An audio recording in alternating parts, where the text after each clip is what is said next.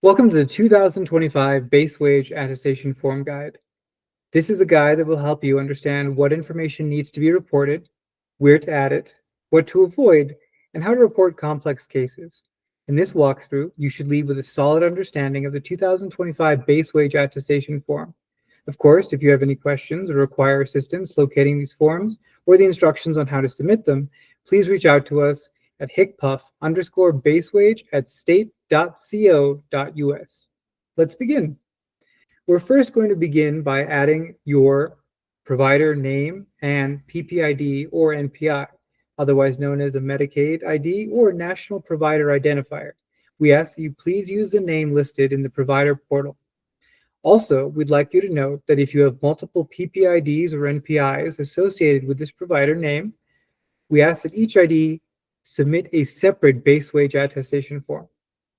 So let's add our example name.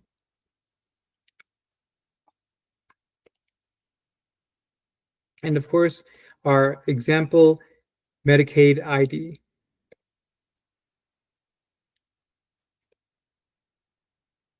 As we continue reading down the form, you'll notice a couple of differences from last year's form.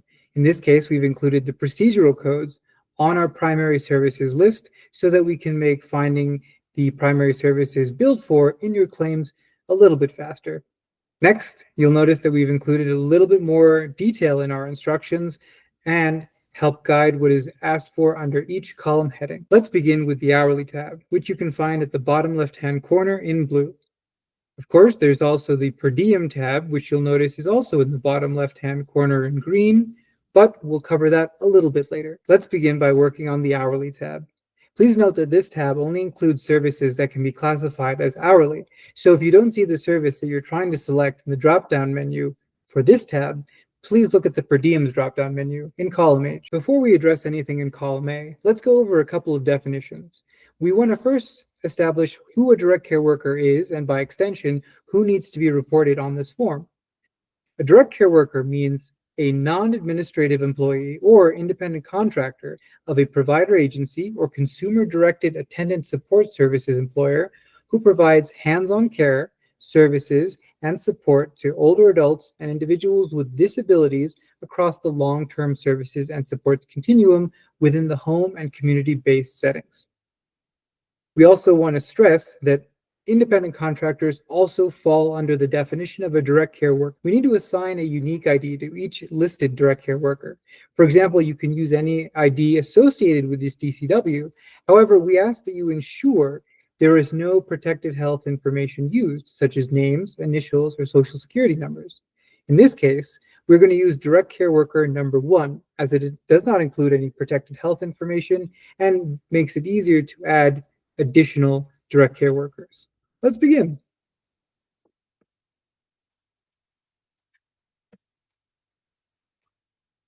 Next, for column B, we're going to select the employment type, either an employee or an independent contractor. If you have any questions about these definitions or who could potentially fall under these definitions, we direct you to our FAQ, which can be found on the Base Wage webpage of our website.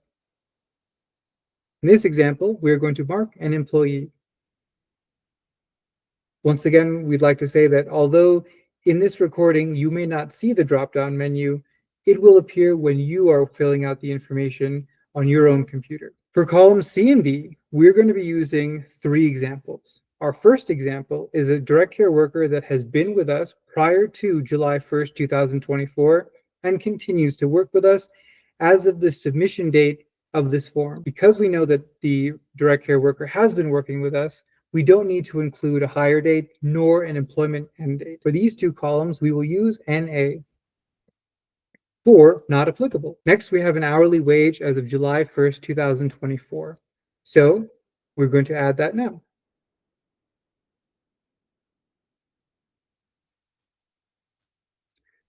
Next, for column F, we're going to add the current hourly wage as of the submission date of this form.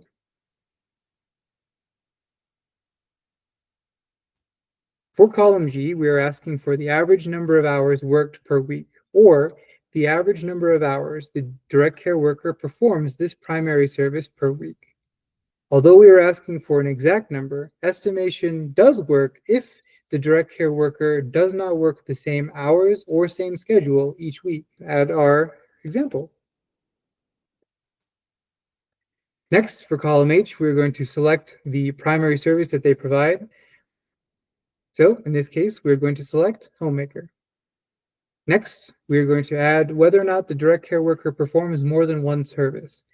For this example, we will be saying that they only perform one primary service. The next ones, you'll see how to add direct care workers that perform more than one primary service.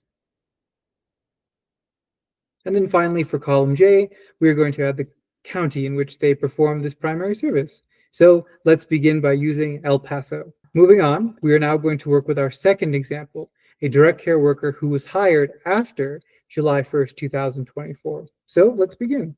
Let's begin by adding our next example.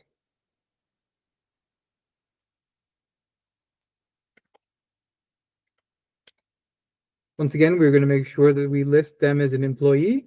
Now, in this case, we wanted to stress that they were hired after July 1st, 2024, which case we have to give them a hiring date. For example, let's use July 15th, 2024. Next, we want to make sure that we show that they are currently working with us, in which case we do not need an employment end date, so we will add not applicable. Next, for column E, we'll need an hourly wage as of July 1st, 2024. But since we indicated that they began working with us after that date, they will be marked as $0.00.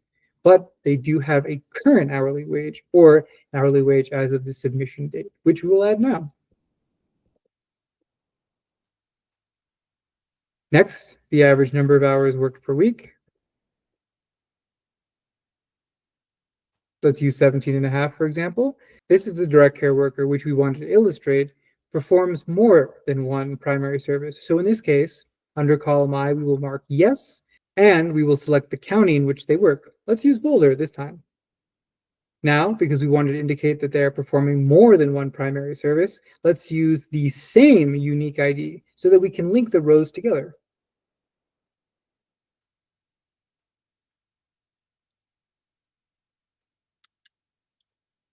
Excellent. We're also going to mark once again that they're an employee. Keep the same start date. Same employment end information. Same hourly wages of the 1st of July. And the current hourly wage for this new primary service. The estimated hours worked. Next, we're going to add the additional primary service that the direct care worker provides. In this case, we're going to use respite care. And we're also going to mark yes in column I. Lastly, Boulder, the county in which they provide this secondary service as well. Lastly, we are going to use our third example of a direct care worker, someone who left employment either voluntarily or for other reasons between July 1st, 2024 and the submission date of this form. So let's go ahead and do that.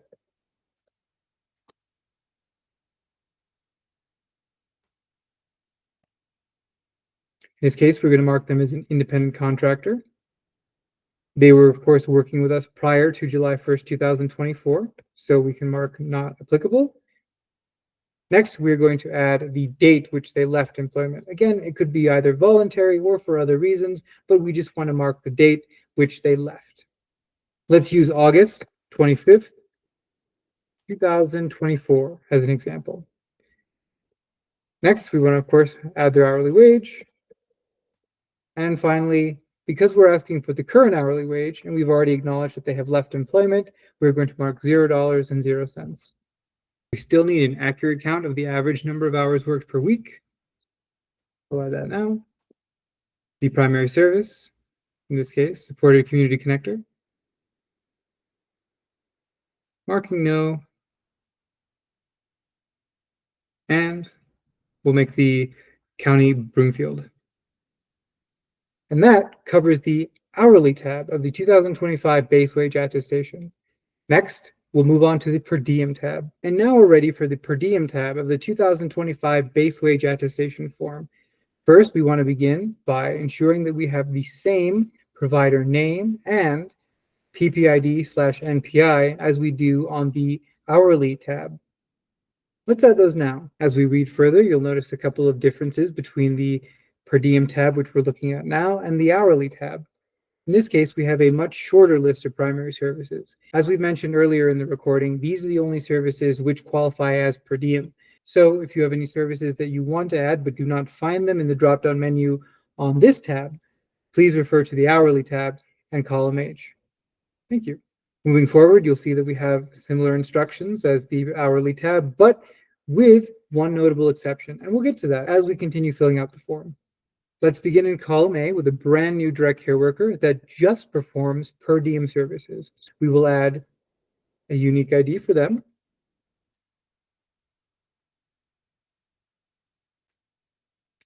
their employment type. Columns C and D use the same instructions as the hourly tab, of course, referring to anyone hired after July 1st, 2024, the employment end date referring to any direct care worker who has left employment, again, for voluntary or other reasons, between July 1st, 2024 and the submission date of this form. For this example, we're going to assume that this direct care worker has been working with us prior to July 1st, 2024, and continues to work with us. For column E, we are looking for per diem daily wage as of July 1st, 2024. Now, in some instances, you might have a weekly rate, a bi-weekly rate, or a monthly rate.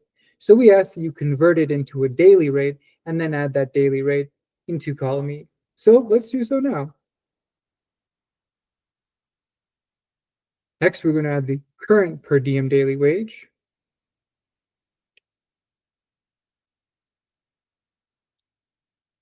In column G, we're asking you to specify hours. Specifically, if the daily wage does not cover 24 hours, please list how many hours it does include. If it does include 24 hours, you can simply mark NA for not applicable. In this case, we will be marking not applicable. Next, we'll select primary service. In this case, we'll use Chirp Host Home. Next, we'll mark no because this direct care worker only provides one primary service. And for this example, we'll use Jefferson County. Now, let's add a case in which a direct care worker is performing the same primary service, but working with a different member at a different rate. Here's how to add that. We will use the same unique ID and employment type. Columns C and D can reflect different or the same information depending on whether or not the direct care worker began with the members on the same date, began with the members on different dates, and ended with those members on the same or different dates. So for this example, we're going to assume that this direct care worker is working with two members, but started on different days. So we'll include the date to which the direct care worker began with the second member. Let's add that now. We'll use July 5th, 2024, and we'll say that they're continually working with them. And we'll say that they continue to work with them, just as they do with the first member. Much like columns C and D, columns E and F can actually reflect either the same or different information depending on the member that the direct care worker we're listing serves. In this case, we are going to say that the rates are different, but we wanted to emphasize that the per diem or daily rate should be outlined in your contract with the worker. This is where you look to be able to find that rate or the rate which we will need to convert into a daily rate. Now, let's add the per diem daily wage. But because this direct care worker began with this specific member after July 1st, 2024, their daily rate for July 1st would be $0.00. However, they do have a current per diem daily rate, which we'll add now. And we'll say that this per diem daily rate only covers 22 hours, as opposed to the 24 that we assume it to be. Next, we'll add the same primary service because we wanted to illustrate that this direct care worker provides the same service, but for two different members. So this means that for column I, we'll mark no, And the county would need to be the same for DCW number 4, so we will select Jefferson County. And then finally, if you wanted to link a direct care worker that provides both hourly and per diem services, but have already listed them in the hourly tab, for example, if we go back and we look at direct care worker number 3, we would only need to use that same unique ID from the hourly tab on the per diem tab to be able to link them two together. So let's do that now. With the same information, we'll say that they're an independent contractor, just like on the hourly tab. This direct care worker was working with us prior to July 1st, 2024, but did end up leaving employment. And so we'll use the same date on the hourly tab, August 25th, 2024. A quick check to make sure the information is correct, and then we'll add the wage information. But just as we had made sure on the previous tab, since the direct care worker had left employment on the 25th of August, 2024, their current per diem daily wage is going to be $0.00. Next, we'll choose the primary service. In this case, we'll use CHIRP Habilitation Foster Care Home. Indicate that yes, they do provide more than one primary service. Once again, let's go back and check the hourly tab just to make sure information is correct. It looks like we've marked no, but because we're adding the same direct care worker and we're saying that yes, they do in fact provide more than one primary service, we want to make sure that this says yes as well. So we have now accurately reported that direct care worker number 3 provides both an hourly primary service and a per diem primary service. Finally, we want to make sure that the counties match. So checking back on the previous tab, an hourly, we can see that we marked Broomfield, so we'll mark Broomfield here as well.